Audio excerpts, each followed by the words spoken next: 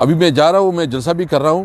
مجھے افسوس ہے جو شہباز شریف صاحب نے ابھی جو اپیکس کمیٹی میں بات کی ہے، جو پریس کانفرنس کی ہے، ہم اس کی مذمت کرتے ہیں. اس کو اس طرح نہیں کرنا چاہیے کہ وہ یہ ثابت کرے کہ کے پی پولیس جو ہے نا وہ نااہل ہے یا کے پی پولیس کی کیپیسٹی نہیں ہے. آپ کو پتہ ہے دہشت گردی تو ایک بہت بڑی لعنت ہے. ہم دہشت گردی سے جتنا ہم متاثر ہوئے ہیں، کون اس سے متاثر ہوا ہے؟ لیکن سوال یہ ہے کہ جو ہمارا دور تھا اس میں ہم نے دہشت گردی کے اوپر کتنا مؤثر قابو پایا تھا.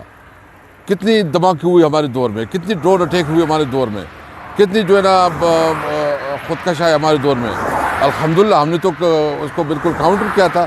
ہماری اسٹریٹجی اور ہماری پالیسی کامیاب رہی. ابھی ہم مسلسل، خاص کر مراد سعید صاحب اور ہماری لیڈرشپ جو کے پی کے سے تعلق رکھتی ہے، وہ مسلسل اس بات کی الارمنگ کر رہی ہیں کہ پھر سے ایک نیا ویو آ رہا ہے اور اس کے لیے ضروری ہے کہ مؤثر اقدامات کی جائے.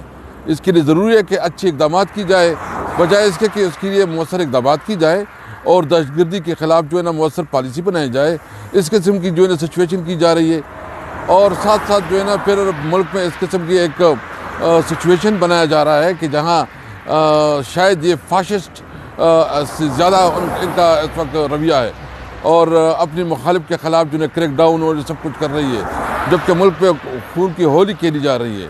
آپ نے کے پی کے فنڈ روکے اور کے پی کے اس وقت صرف 5 جنوری تک جو ہے نا 230 بلین روپیز جو ہے نا وہ اس وقت ادا کرنے ہیں.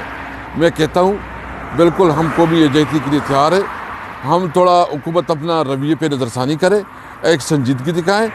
ہم اپنے ملک کے لیے، اپنی قوم کے لیے، اپنے مستقبل کے لیے ہر قسم کی قربانی کے لیے تیار ہے. اب اپنی ذاتی قدورتیں اور ذاتی رنجشیں بھی بلا سکتے ہیں، لیکن اس کے لیے حکومت کو سنجیدگی دکھانی ہوگی.